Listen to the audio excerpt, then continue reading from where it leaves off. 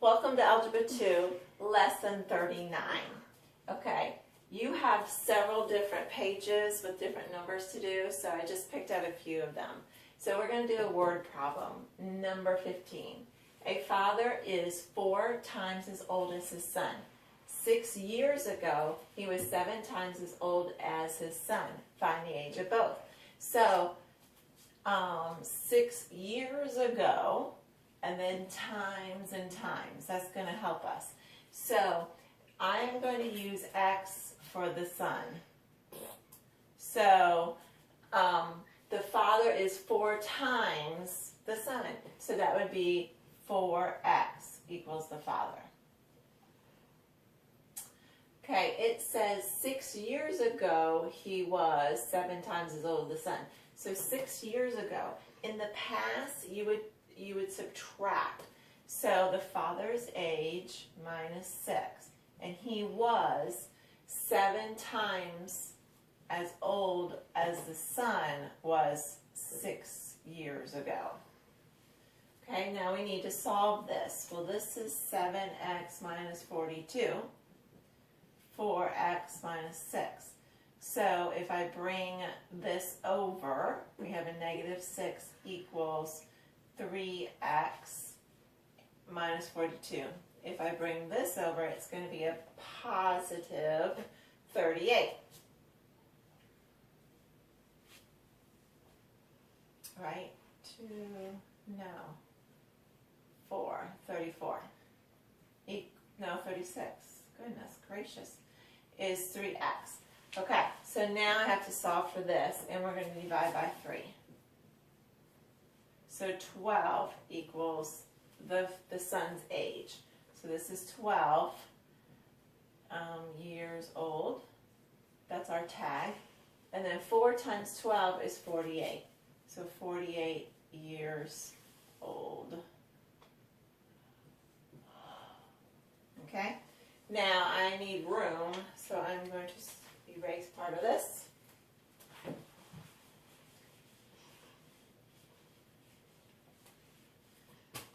All right, this one, you better pay attention.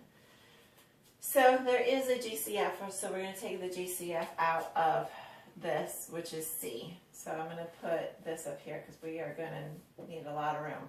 C to the 8th minus 16. Well, this is a difference of square. So we keep up our GCF and it would be C to the 4th, and we're going to do a sum and a difference. And then the square root of that is 4. Now, this can also be factored. So we're going to rewrite this because you can't factor that. And then be C squared plus 2C squared minus 2. Okay. Now this right here, we actually can factor this. And it's going back to what we learned yesterday and the day before when we have perfect squared and we have to find the middle number. So let's work on that. So we take the square root of this, which is C squared, square root of that. The signs are both going to be plus, would be 2 quantity squared. Now to find our middle term, we're going to have to multiply and double. So that would be 4C squared is our middle term. And we're going to be C to the 4th, and then this will be plus 4. Well, since we added 4C squared, we're going to subtract 4C squared here. And remember, this will factor to here, and then we'll have a minus 4C squared. All this work we're doing right now is trying to factor this part only. Okay? Now, this is a difference of squares. Remember, we're going to split them apart, this apart, so C squared plus 2, C squared plus 2. Well, it's a difference of squares, so it's a sum and a difference. It would be 2C and 2C. So all of this factors to this big long thing. And we know something can't multiply to get 2 and add to get 2, so it's going to be simplified. But all of this takes the place of this, so we have to write the others down. C, and then c squared plus 2, and c squared minus 2. So this is the nice long answer for 64. Aren't you glad I did that one for you? Okay, so now we're going to move over here, and this is on page 66, number 2 and 4. The ones circled up there are the ones that I'm going to do for you. So the first thing we do, we have to set this equal to 0, and since 28 is on this side, we're going to move it over. So we have 2x squared plus 10x minus 28 equals 0. Now we can start seeing if there is a GCF.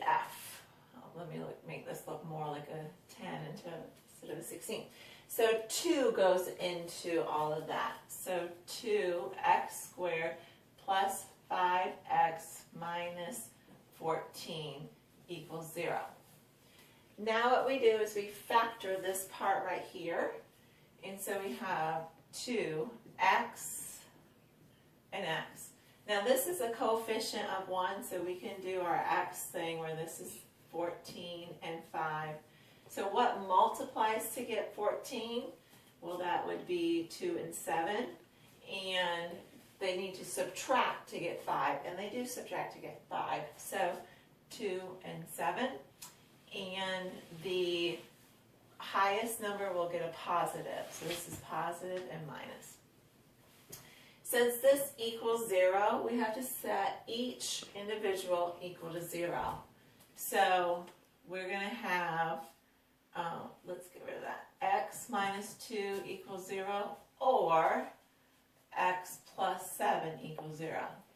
Well, x will equal to 2, and x will equal to negative 7, because the negative 2 is bothering it, so we add. The positive 7 is bothering it, so we subtract. So that is our answer. Okay, let's move on to number 4. This one is similar to what we were doing.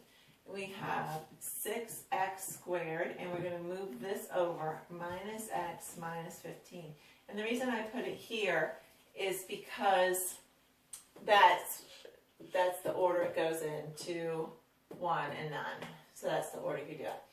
So now we need to factor this. So since our coefficient is not 1, we have to use the box. So here is our box. 6x squared minus x minus 15. 6 times 15 is a negative 90x squared. So it has to multiply to get 90, but it's going to subtract to get a negative 1. Well, 9 times 10 is equal to 90. So when we subtract it, then we need a negative 1, so the 10 would get the negative. So multiples of 6 that help us to get to 9 and 10 are 3x and 2x. Multiples of 15 would be 3 and 5.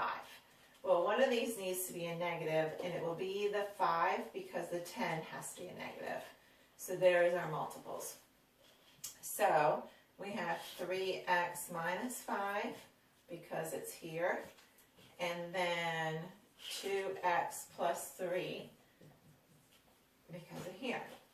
Now, just like here, we set each equal to 0 and solved.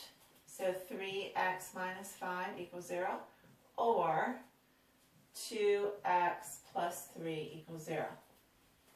We bring the 5 over, 3x equals 5, divide by 3, so 5/3 is one of them, and we're going to subtract the 3, divide by 2 to get negative 3/2. So there are our 2 answers. Okay, so there's a few more for you to do, but all this really is review. So good luck.